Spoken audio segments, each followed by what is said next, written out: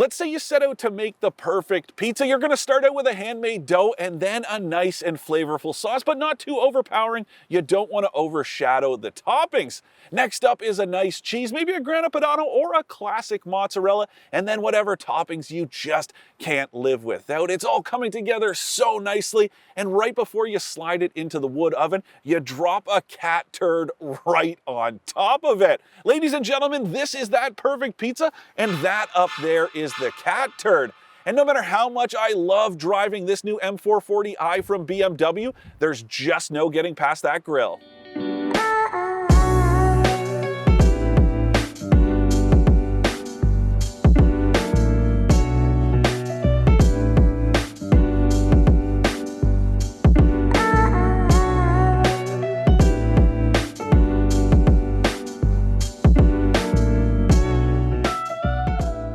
For more expert car reviews, don't forget to share our channel and subscribe so you can catch some of this and maybe even a little of that. Listen, I'm not saying any of this to exaggerate or lay it on too thick. I genuinely love driving this car, and maybe even more than I thought I would, but there is just no way to sugarcoat how bad that grille is. Honestly, it is atrocious, and it looks even worse in person than it does in pictures.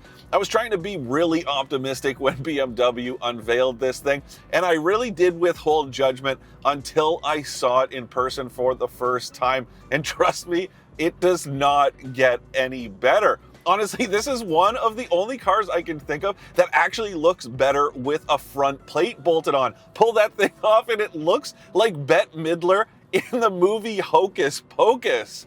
Ugh, it is terrible. I love the way it looks from any other angle, as long as I don't catch a glimpse of that front end. And I'm not trying to be too mean here, but it's just not a good look, and I get it, no one likes to admit that they're wrong, but it's time for BMW to take the L here. It wasn't that long ago that Chevy got dunked on pretty hard for a botched facelift on the Camaro. So it redesigned it after a year, no big deal, people got over it. Just check it out. Not that big of a deal, and Chevy admitted that it was wrong, said it wanted to listen to its customers, and here we are, people have forgotten all about it. The fact that BMW is choosing to ignore the chorus of boos here is the wrong approach.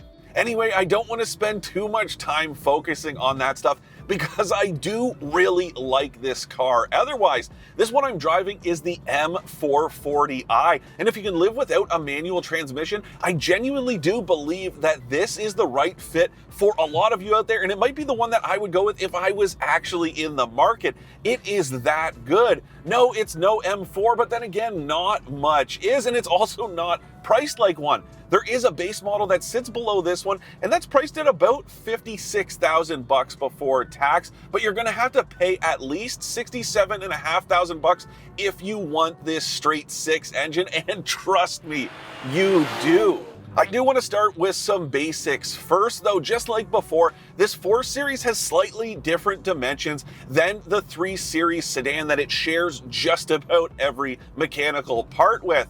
So it doesn't just look longer, lower, and wider, it actually is. And it's a little bit bigger than the last 4 Series, but honestly, you're not gonna notice from behind the wheel. And truth be told, I think the proportions are perfect, and I do think it looks better than that last one, aside from the front end. Now, under the hood, there is a 3-liter straight six with a turbocharger bolted to the side of it, and this thing is the business. It generates 382 horsepower and 369 pound-feet of torque. Both of those are substantial increases over the last one. And I don't want to get into a battle of brute strength here, but by the numbers, that is tons more torque and almost as much horsepower as the last V8 you could get in this thing back when it was still called the M3 Coupe in 2013, and it hits like a hammer.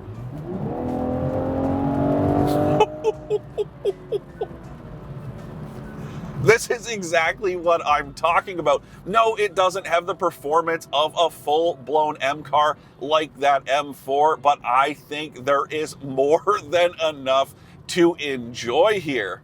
Now, as an added bonus, this M440i has a mild hybrid system, and BMW says it helps out with the auto stop start as well as under hard acceleration. And really, there's no way for us to know for sure just how much it helps since you can't get it without. But trust me, there is more than enough giddy up when you get on the gas, and there is barely a whisper of turbo lag. BMW really knows what it's doing, especially with straight sixes, and this is just so well executed. Now, BMW says this thing will do the sprint to 100 kilometers an hour in right around 4.5 seconds, and there is no reason to doubt the accuracy of that number. The way it slings you back in your seat is just phenomenal. Again, a lot of credit goes to this engine. This straight six is just so good. And really, these have always been one of those things that are both respected and revered by gearheads, and it doesn't take long behind the wheel to understand why. Just so smooth and balanced, and as an added bonus, it sounds great too. And not just when you're stomping on that gas pedal either, just when you're cruising around. I absolutely love it. Of course, there is a sticking point in here for a lot of people out there, myself included, and that is the transmission. Since the M440i only comes with all-wheel drive, you are stuck with an automatic. And yeah, I would love to see a manual between these seats. But if you do want a BMW coupe with a 6-speed, you can still get the 2 Series that way.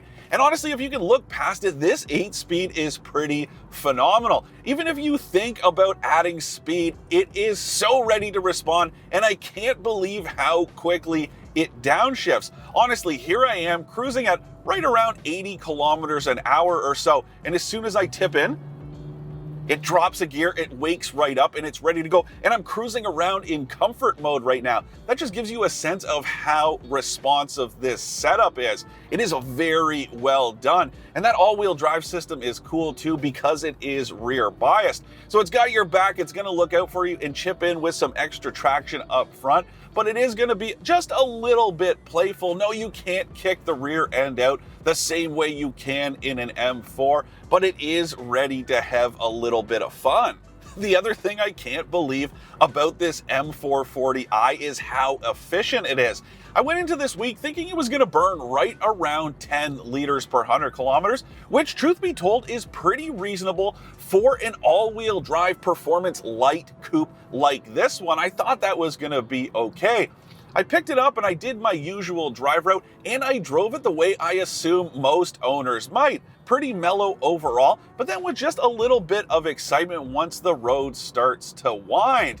And I was blown away. Get this, I averaged 7.7 liters per 100 kilometers, and that was over 250 kilometers of driving, and this thing is on winter tires. I am so amazed. Now, officially, it is rated for 9.2 liters per 100 kilometers combined, but I still haven't come anywhere close to that after driving this thing all week. I am very impressed with the fuel consumption. Now, just to give you a little bit of context, I burned almost 2 liters per 100 kilometers more back in the summertime when I tested the VW GTI, and I burned more than 3 liters per 100 kilometers in the rear-wheel drive Toyota Supra that uses this same engine and transmission but skips the hybrid stuff. Now, granted, I did drive that one with just a little bit more enthusiasm because that's what it was built for, whereas this is a lot more of a GT car. But if I'm honest with you, I think I prefer driving this 4 Series. I like the balance it has. It's ready to have some fun and be playful when you are, but it's also just as happy to cruise around quietly and comfortably. It is very well executed. I just think BMW has nailed this. It really does know what it's doing with a car like this. A coupe like this really is supposed to be one of those things that you could drive to work every day, drive to the golf course, or take it out for a cruise of wine country. It's not a purebred performance car, and it really does nail that duality. I'd also say that it's nimble and agile almost in the same way as the smaller 2 Series. Believe it or not, yeah, this thing is much bigger, but it doesn't feel that way from this driver's seat. It has that kind of agility that you'd expect, but this one also has the adaptive dampers that make it so comfortable, and I can see myself going on a very long road trip in this and enjoying every minute of it. And you know, I really do think that that's what this car is best at. Yeah, you can push it hard if you want, or you can enjoy it as a comfortable cruiser. But if you are planning to use it that way, you're definitely going to want to shell out for some upgrades. Now, this one has just about everything you can imagine.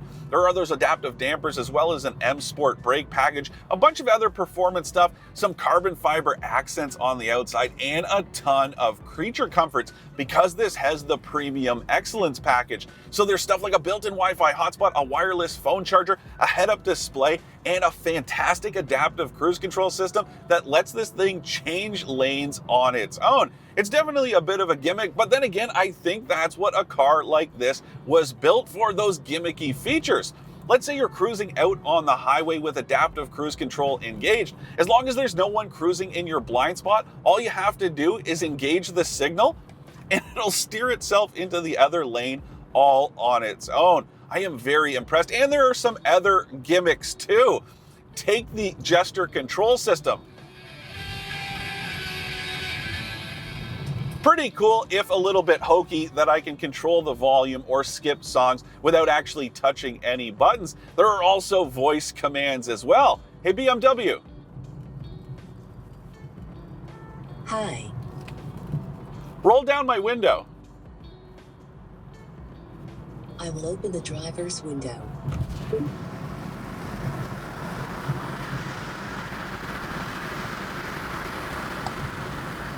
I mean, let's be honest with each other. These are power windows and it's not too hard to just hit that button. But at the same time, it is pretty cool that you can do it with voice commands. And there are some other stuff you can do as well, like engage your heated seat, adjust the HVAC. You know the deal. Modern cars can do so much with all their computers, and that is just one of those added tricks. But one trick that doesn't work so well is the wireless Apple CarPlay connection. And I had the same trouble way back when I tested the BMW X7. But when I picked this thing up, I had to sit there for almost half an hour and just try over and over again until it miraculously connected my phone. I don't get it. I have driven a ton of cars with wireless Apple CarPlay, and only BMWs give me that kind of trouble. And the journalist who drove this the week before me, he tried and gave up because it just wouldn't connect. I don't get it. Maybe it's just us. So if you've had any of those problems, let me know in the comment section. Oh, and also don't forget to hit that subscribe button below. And giving credit where it's due, once I got my phone hooked up that first time, it has been seamless ever since. As soon as I get in, it automatically connects to CarPlay. And honestly, it's quicker than even when you have to plug into a hard connection. And BMW's infotainment interface, well, it's maybe a little more convoluted than it needs to be, but it doesn't take too long to get the hang of. And I do like that there are a ton of physical controls in here, so you don't have to dive into infotainment menus to adjust the HVAC system or turn on your heated seat. But one thing I am missing in here, ventilated front seats, and you can add them for about $800 or $900. But according to the build and price tool on the BMW Canada website, you can only get ventilated seats with black or brown leather, not red. What? This is so signature BMW. It blows me away that you can't get this stuff with ventilated seats. What gives? That is just such a bizarre choice. Anyway, these seats are unsurprisingly incredibly comfortable, and I think I actually prefer them to the sportier ones in the Supra. And just like the Supra, these bolsters are adjustable so you can widen them out, which is great for someone my size, but I just think they're a little bit more comfortable and adaptable to everyone. All kinds of body types, doesn't matter your shape or size, you're gonna fit in here no problem. And you can even extend this bottom cushion for a little bit more comfort if you have longer legs like I do. About the only comfort issue I have in here is headroom. As you can see, I am pressed right into this headliner thanks to this sunroof. But you know, I'll be honest with you, I think I could live with it for the smile that this car puts on my face as long as I'm not looking at that front end. To recap, I love the BMW M440i straight-six engine, its surprising efficiency, and the way it serves up some serious sports car chops in a GT package. I don't like that awful grille, the fact you can't get ventilated seats with red leather, or the complicated Apple CarPlay connection. This tester I'm driving with that premium excellence package, as well as a whole bunch of M parts like that adaptive suspension, those brakes, and even those carbon fiber parts, it's priced at around 81 grand before tax. But to tell you the truth, I actually think there is pretty good value here. There is plenty of performance, plus it balances that against the cruising comfort of a proper GT car, and it's loaded with all kinds of luxury amenities. This is without a doubt one of my favorite cars I've driven in the last year or so. But no matter how much I like it, there's just no getting past that grille.